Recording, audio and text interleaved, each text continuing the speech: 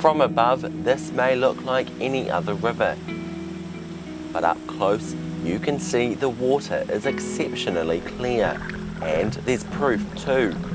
Independent data collected by Waikato Regional Council shows the health of the river that runs through the Carey's organic farm in Te Anga is one of the best in the region. It rates particularly high for macroinvertebrates, tiny animals without a backbone, like insects or worms. The more of those, the healthier the water. 134 is the highest score you can possibly get, and that's generally taken in the bush, where the rivers come out of the bush. That's regarded as the purest water.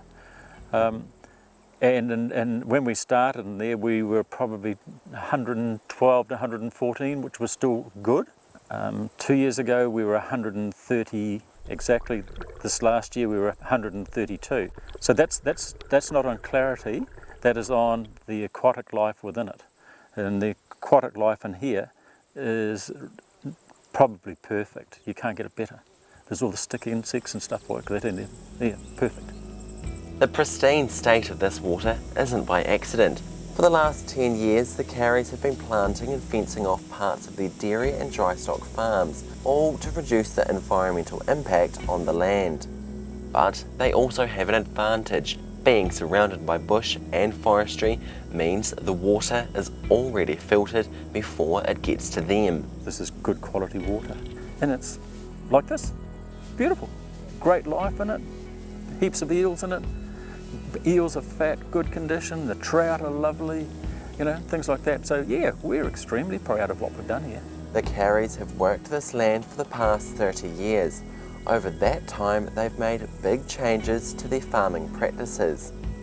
Up until 15 years ago, we had sheep and cattle, and so they grazed right to the river, and some of them would go down in the river.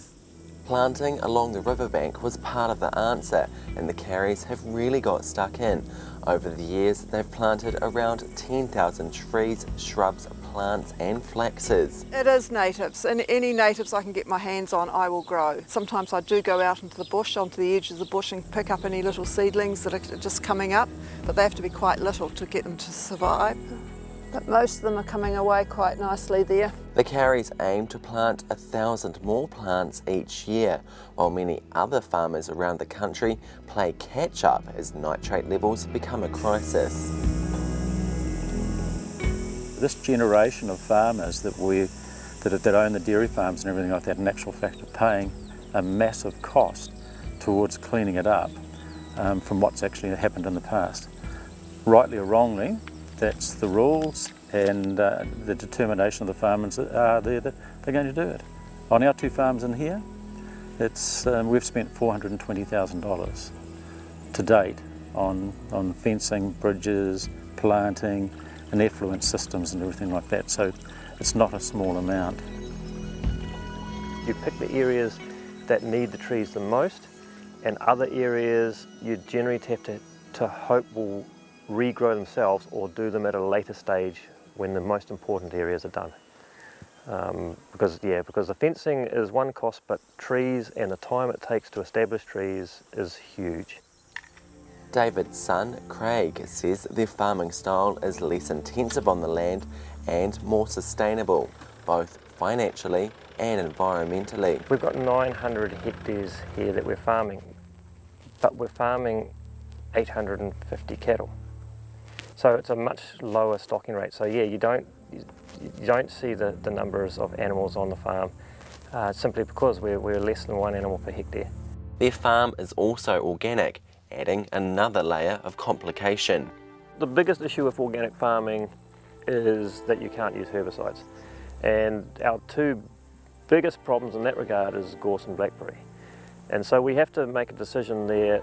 Some areas of the farm, whether they're lower production or too steep to get machinery onto, that we have to either let revert back to gorse or at some stage plant trees onto it to kill out the gorse.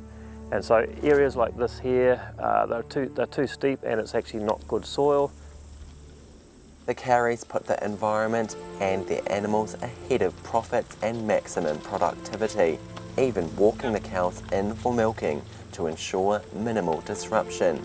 Just to let them take their time and so that you're just not rushing them, that they can make sure where they put their feet and stuff like that.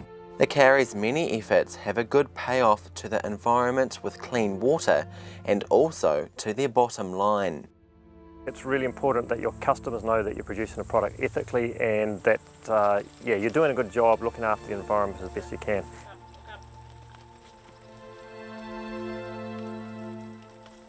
Hunter Calder, Local Focus.